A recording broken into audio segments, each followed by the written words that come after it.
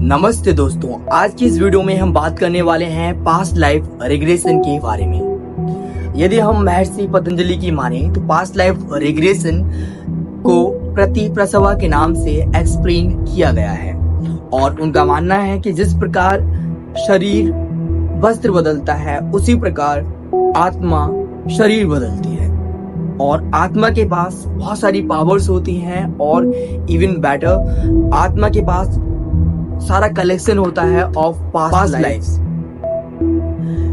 तो यह मानना है महर्षि पतंजलि का। यदि हम बात करें जैनिज्म की तो जैनिज्म में भी इस वाले कॉन्सेप्ट को जाति स्मृति के नाम से जाना जाता है। यदि हम बुद्धिज्म की बात करें तो वहां पे भी आकाशिक रिकॉर्ड नाम से और BPRT के अंतर्गत जो बुद्धिस्ट साइकोथेरेपी रिग्रेशन है उसके अंतर्गत भी इस वाले कॉन्सेप्ट को देखा जाता है। अब यदि हम साइकोलॉजिकल एस्पेक्ट से देखें तो इस चीज को अंडर क्रिप्टोमनेसिया, हिप्नोथेरेपेटिक, इमेजिनेशन, कॉन्फेबुलेशन के अंतर्गत भी काउंट किया जा सकता है।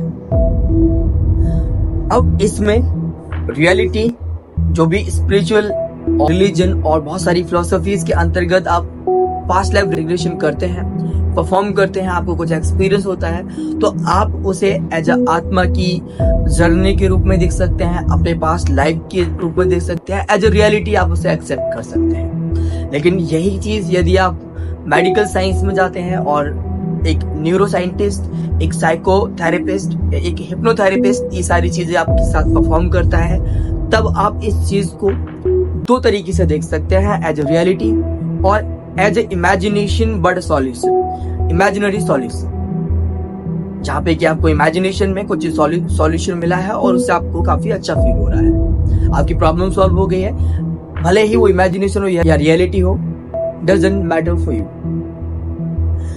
अब यदि हम थोड़ी सी बात करें, मेरे पर्सनल एक्सपीरियंस भी इसमें रहा है। यहाँ पे दो व्यक्तित्व हैं। फर्स्ट वह व्यक्तित्व जो ऐसी चीजों को बहुत ज्यादा फैंटिसाइज करते हैं, ग्लोरीफाई करते हैं और एज ए सुपरस्टिशन इसको प्रेजेंट करते हैं।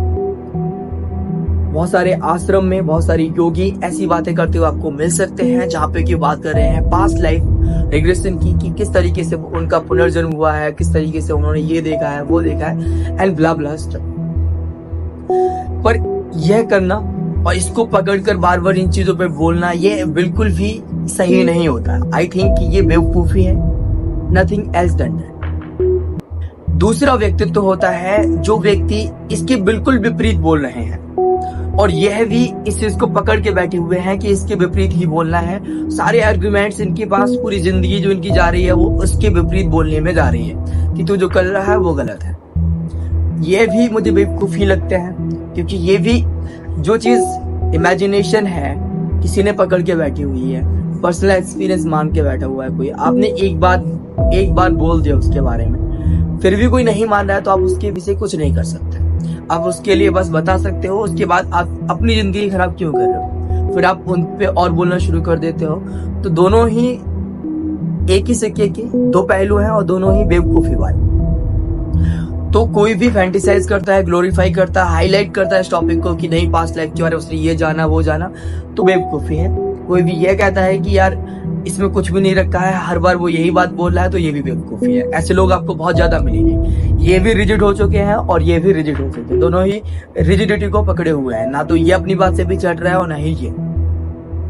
जबकि वास्तविकता यह है कि पास्ट लाइफ रिग्रेशन के बाद जो भी आपने एक्सपीरियंस किया वह एक्सपीरियंस आपको ज्यादा सॉल्यूशन नहीं दे सकता। आपकी कुछ कॉन्फ्लिक्ट रिजॉल्व हो सकता है, जैसे कि मैंने आपको बताया कि न्यूरोसाइंस या फिर आप हिप्नोथेरेपी को इन मेडिकल साइंस देखते हैं तो वहां पे आपको इमेजिनरी भी सॉल्यूशन अगर मिल जाता है तो उसको हम वर्थ ही मानते हैं और उसको यूजफुल मानते हैं और उसको एज अ बेनिफिट हम उसको कंसीडर करते हैं। इसीलिए जो PLR है, पास्ट लाइफ रिग्रेशन है, वो आज भी चल रहा है और न्यूरो साइंस और मेडिकल साइंस उसको काफी ज्यादा अप्रिशिएट करती है और उसको बेनिफिशियल मानती है।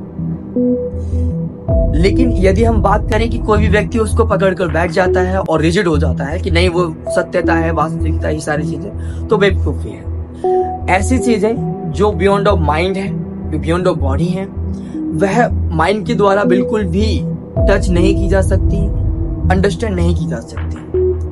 अगर परसीव करना चाहते हैं तो वो अलग बात होती है। यदि मेरी पर्सनल एक्सपीरियंस की बात करें तो ना ही मैं यह मानता हूँ कि इन चीजों में बहुत ज्यादा वास्तविकता है, इन चीजों को पकड़ के बैठना है और इन पे बोलते जाना है। ना ही मैं यह मानता हूँ कि ये चीजें बिल्कुल बेकार है, कोई फिजूल है, कुछ भी नहीं है इन चीजों में, टाइम वेस्ट है। मेरा मानना यह है कि इन चीजों पर डिस्कस होने की कोई जरूरत ही नहीं है, ना ही कोई डिस्कशन करने की नीड है। हो सकता है हो सकता है ना हो। तो वास्तविकता यही है कि पास्ट लाइफ रिग्रेशन में जो आपने एक्सपीरियंस किया वो इमेजिनरी भी सॉल्यूशन अगर आपके लिए हुआ तो it is worth for you, it is helpful for you, कोई प्रॉब्लम नहीं है।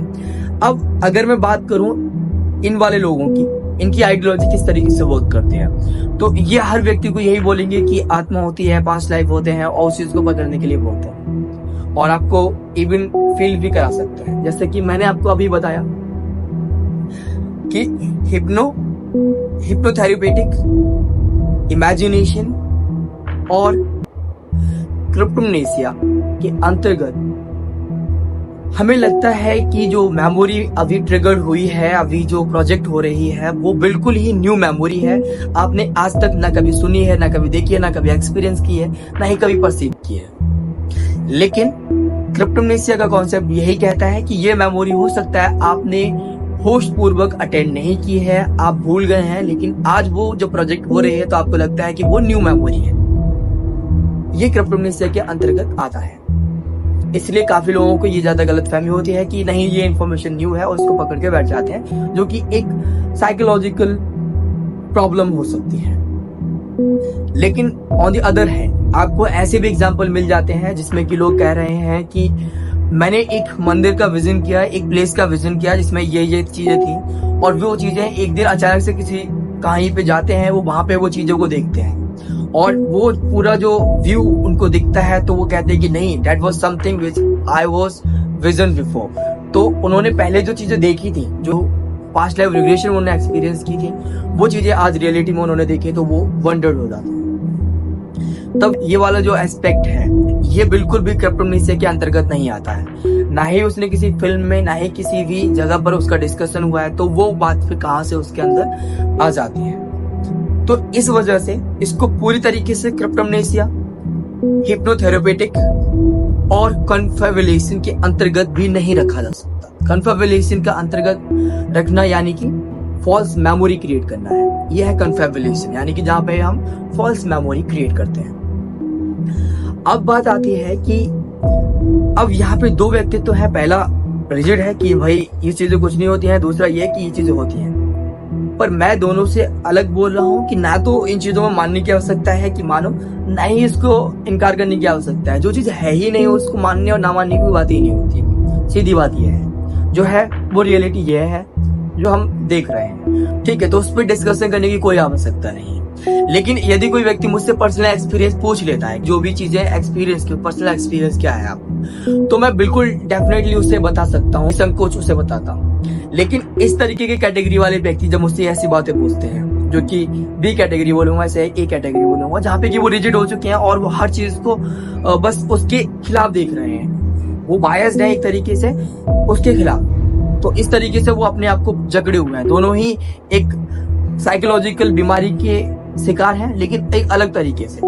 ये एक अलग तरीके से एडिक्टेड है और ये एक अलग तरीके से एडिक्टेड है। ये बोलने पे आतुर है और ये उसके खिलाफ बोलने पर आतुर है। तो यहाँ पे दूसरे व्यक्तित्व हैं, ये यदि पूछते हैं मुझसे कि पर्सनल एक्सपीरियंस क्या है, तो मैं पहले ही ये चीजें क्लियरली मेंशन करूंगा कि यहाँ पे इनमें कोई भी ऐसी रियलिटी वाली चीज नहीं है जिससे मैं पकड़ के बैठा हूँ, और न ही मैं इन चीजों पे बात करता हूँ। बात करने का आज जो मैं बात कर रहा हूँ, इसी चीज को क्लियर करने के लिए बात कर रहा हूँ कि काफी लोगों ने मुझसे डिस्कस किया, बात भी की। मैंने सिर्फ एक व्यक्ति को ये चीजें बताई अपनी पर्सनल एक्सपीरियंस, और उसको बताया कि भाई इन चीजों में मैं बता रहा हूँ कि ये इमेजिनेशन नहीं है पूरी तरीके से ये रियलिटी नहीं है। उसके बीच का कुछ आप मान सकते हो, या फिर इसे मानने की आवश्यकता ही नहीं है। जो बता रहा हूँ उसे एज ए स्टोरी देखो, बस मानने या ना मानने की आवश्यकता नहीं। वो कह रहे हैं कि आपकी इमेजिनेशन हो सकती है, क्रिप्टोमनेसिया हो सकता है।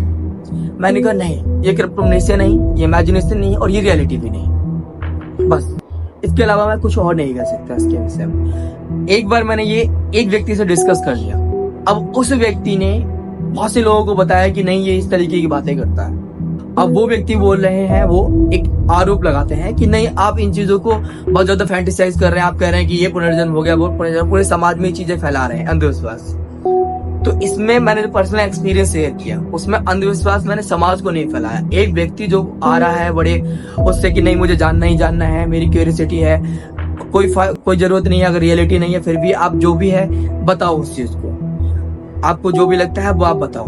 मैंने कहा कि नहीं, इन चीजों को कोई फायदा नहीं है, कोई किसी तरह का कोई यूज नहीं है इन चीजों को। तो फिर भी वो व्यक्ति जिद करता है कि नहीं बताओ, कोई इशू नहीं है, बताओ आप। ओके, तो मैं बस अपना पर्सनल एक्सपीरियंस जो मैंने देखा है वो मैंने बता दिया, इसमें क्या बुराई होगी। लेकिन मैं इसको ग्लोरीफाई फैंटेसाइज नहीं करता हूँ। मैं लोगों के सामने जाकर 4 लोगों में समाज में जाकर ये बातें नहीं फैलाऊंगा कि नहीं ये पुनर्जन्म होता है, मैंने ये चीजें विजन करी। मैं जानता हूँ ना ही वो वास्तविकता है और ना ही वो इमेजिनेशन, ना ही वो कोई भ्रम है, ना ही कोई वास्तविकता, इन दोनों से परे कुछ ऐसी चीज जो बिल्कुल हम कहते हैं कि माइंड से नहीं परसीव की जा सकती, तो मैं जो माइंड है अब तक बस उसको रियलिटी मानता हूँ। उसके अलावा और कोई चीज रियलिटी को मैं नहीं देखता कि उसके अलावा कुछ और रियलिटी है।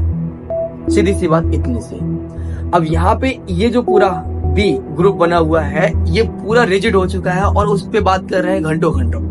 मैंने एक बार एक व्यक्ति को बताया और ये व्यक्ति फिर वहां पे एक्सप्लेन कर रहा है कि मेरे साथ इस तरीके से इस व्यक्ति ने बताया, ये सारी चीजें हुई। जबकि इतनी गाइडलाइंस और इतनी तरीके से मैंने उस चीज को बताया कि इसको इमेजिनेशन तो पूरी तरीके से नहीं कंसीडर किया जा सकता, ना ही कन्फैबुलेशन के अंतर्गत रखा जा सकता है, ना ही रियलिटी के अंतर्गत इसे रखा जा सकता है।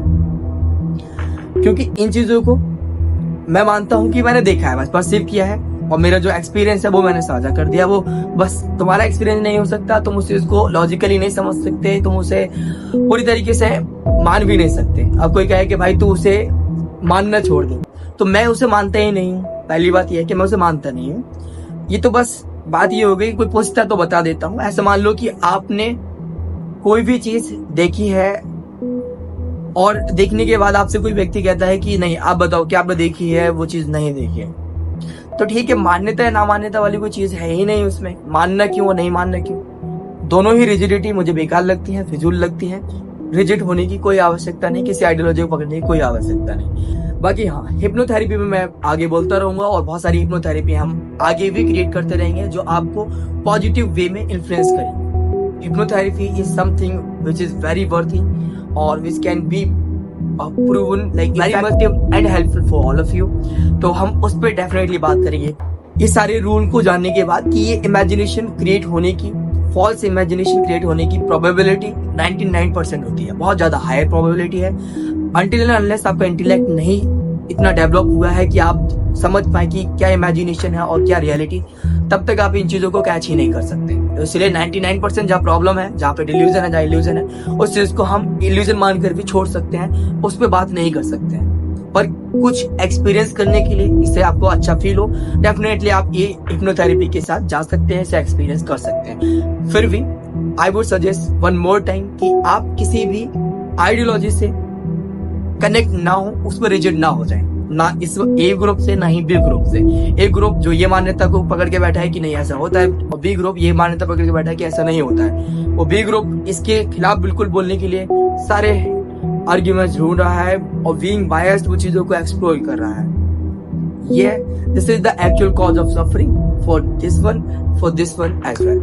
अब इन्हें परसीव हो रहा है, बहुत से केमिकल्स डोपामिन, सेरोटोनिन, ऑक्सीटोसिन जो हैप्पी हार्मोन्स होते हैं वो रिलीज हो रहे हैं सब बोलने से, और काफी अच्छा महसूस हो रहा है। तो बोल सकते हैं अपने पर्सनल एक्सपीरियंस के लिए, पर्सनल बेनिफिट के लिए। लेकिन सबको, समाज को ये बताना बेवकूफी है, तो समाज को ना इन चीजों को ग्लोरीफाई किया जाए। हाँ, एक्सपीरियंस करा सकते हैं हिप्नोथेरेपी के द्वारा और पास्ट लाइफ रिग्रेशन के द्वारा हम एक्सपीरियंस जरूर करा सकते हैं, पर ये चीजों को पूरी तरीके से समझते हुए कि इसमें इमेजिनेशन में फंसने की संभावना 99% होती है।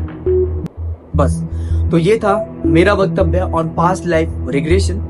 मेरा एक्सपीरियंस वो मैंने काफी बार शेयर किया है, और कोई व्यक्ति अगर पर्सनल मुझे पूछेगा तो डेफिनेटली मैं उसे बताने में कोई भी मुझे प्रॉब्लम उसमें नहीं होगी। आप पूछ सकते हैं, बट ये समझते हुए कि ये इमेजिनेशन नहीं है, ये किसी भी प्रकार की वास्तविकता नहीं है। सुन सकते हैं एज ए स्टोरी, बस इसके अलावा कुछ भी नहीं। कोई सेंस नहीं है, कोई लॉजिक नहीं है, कोई सेंस नहीं है चीजों में। Just leave that particular stuff and I would say this is only at the end. तो मिलते हैं अगली वीडियो में किसी अगले टॉपिक के साथ। तब तक के लिए जय हिंद, वंदे मातरम। और यदि आप चाहते हैं कि हम हिप्नोथेरेपी, पास्ट लाइफ रिग्रेशन की हिप्नोथेरेपी आपको यहाँ पर प्रस्तुत करें इस चैनल पर, तो आप कमेंट में लिख सकते हैं। मैं डेफिनेटली एक स्क्रिप्ट बनाकर आपको एज ए हिप्नोथेरेपी दे दूंगा, जिसमें आप ये चीजें परसीव कर पाओगे, एक्सपीरियंस कर पाओगे। लेकिन इल्यूजन में फिर भी मत फंस जाना। I would suggest you once again. तो आज की इस वीडियो में इतना ही, मिलते हैं अगली वीडियो में। तब तक के लिए जय हिंद, वंदे मातरम, stay happy and do fake.